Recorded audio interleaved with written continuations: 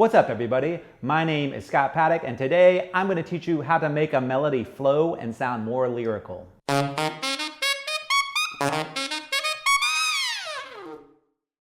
Before we get started with the tutorial, if you enjoy my content, I'd really appreciate it if you subscribe to my channel, give me a thumbs up, and leave me a comment below. One of the biggest problems that intermediate players have when they are playing a melody is it doesn't flow. It sounds kind of rigid. You can hear that they're reading the music. You can hear that they're playing from a lead sheet, and everything sounds correct, but it just doesn't have that vocal or lyrical quality about it.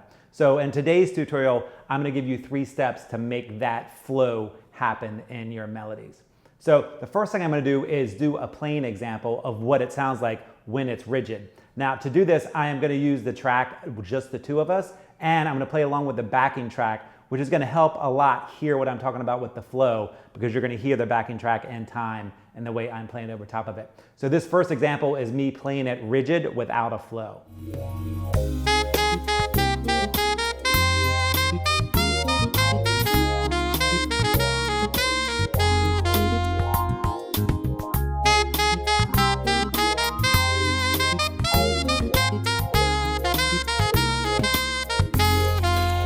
As you can hear by that example, the way I was playing it was correct. It's the melody to just the two of us, but it's very robotic.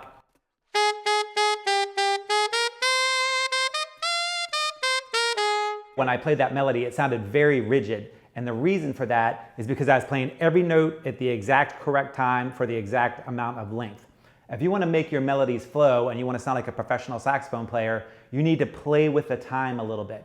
Now, when I say play with the time a little bit, I don't mean play out of time. I just mean sometimes you're going to play behind the beat a little bit. Sometimes you're going to anticipate things. Sometimes you're just going to let it kind of flow over the top. Now, this is a little bit of a different concept from ad-libbing, which we'll talk about next. But when it comes to playing your line, you want to make sure that you're messing with the time a little bit. You're letting it flow. You're behind the beat some, you're in time some, you're pushing it forward a little bit so that you're kind of like floating over top of it instead of marching your way through it. So take a listen to this example. I'm going to play it with the backing track again, and this time I'm going to be a little bit more free with my time. I'm not going to do a lot of ad-libbing with it. I'm just going to play with the time by pulling it back and getting behind the beat a little bit. Sometimes I'll push it forward and sometimes I'll be locked in. By doing this, I'm going to be flowing over top of the melody instead of marching over top of the melody. So take a listen to this example where I play with the time a little bit and make the melody sound a lot more open.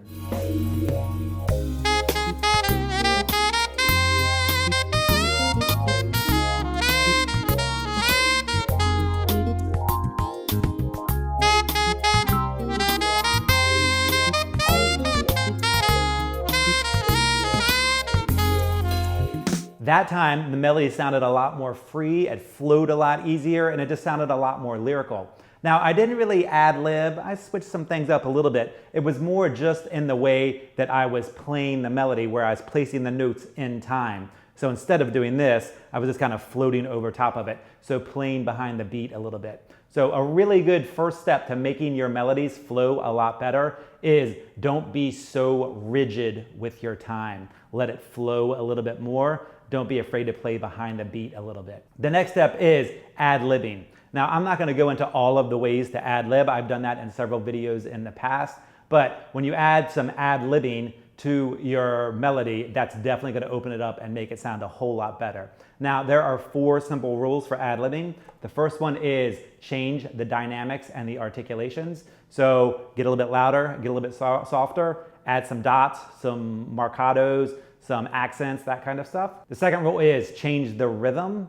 The third rule is repeat some notes, and the fourth note is add in some notes. I'm going to do a version of just the two of us where I ad-lib with the melody as well as play with the time a little bit. Now, when I say play with the time, I'm not meaning play out of time. I'm just meaning get behind the beat a little bit. Sometimes anticipate something, sometimes you're completely locked in, but we want to have this flow over top of the time, not just locked in all of the time.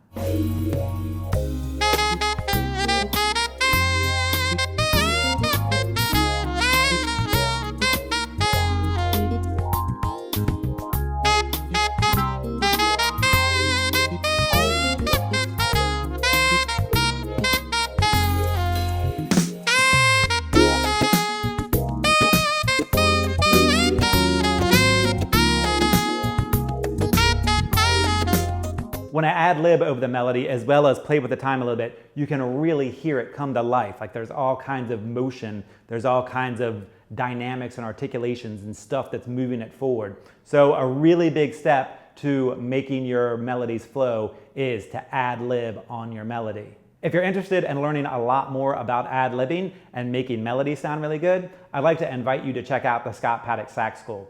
That's my sax school where I take you step by step through learning how to become a better saxophone player. And in the sax school, I spend a lot of time on every melody from the intermediate section on, talking about how to ad-lib on everything. So I'm constantly giving you new rules, new techniques, playing examples, so that it's a step-by-step process of learning how to get better at ad-libbing and adding things in to your melody. Even in the early intermediate section of my sax school, before you get into ad-libbing, I tell you how to make every melody that you play sound better through the dynamics and articulation. So if you're interested in figuring out how to make melodies sound a whole lot better, check out the Scott Paddock Sax School. I'll put a link in the description. Another great way to make your melodies flow a lot more is to add in embellishments. Embellishments are like grace notes and scoops and turns and falls. They're just like little frilly things that you can add to a note or between two notes to add some spice to it, to give it more depth, to make it sound more interesting. So this is what a grace note would sound like. You hear it on that A. Another thing that you can add is a turn.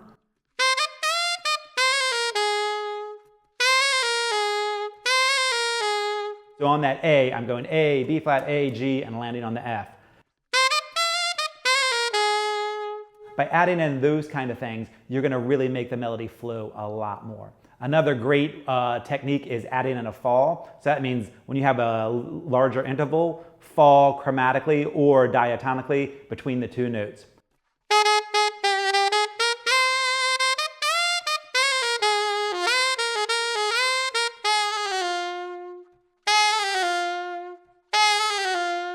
Adding in falls is another great way to add movement to your melody. So don't overlook the embellishments. Even though they're very small things that you're doing to notes, that you're adding to a note, it can have a really big impact on the way everything sounds. I'm going to do one more playing example, and now that you understand the three things that I'm going to do, I want you to listen closely for them. Now, of course, the first thing is I'm going to play with the time a little bit. I'm going to be in time, and my time will be locked in, but I'll be floating over top, playing behind the beat, and sometimes anticipating. The second thing I'm going to do is be ad-libbing over the melody. And the third thing is I'm going to be adding in some embellishments.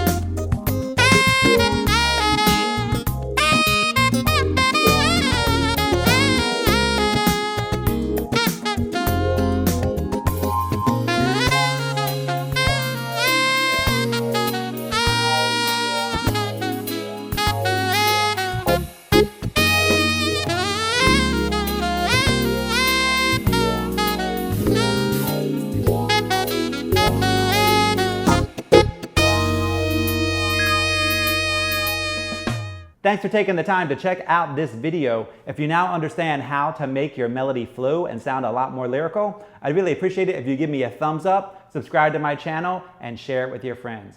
Thanks a lot.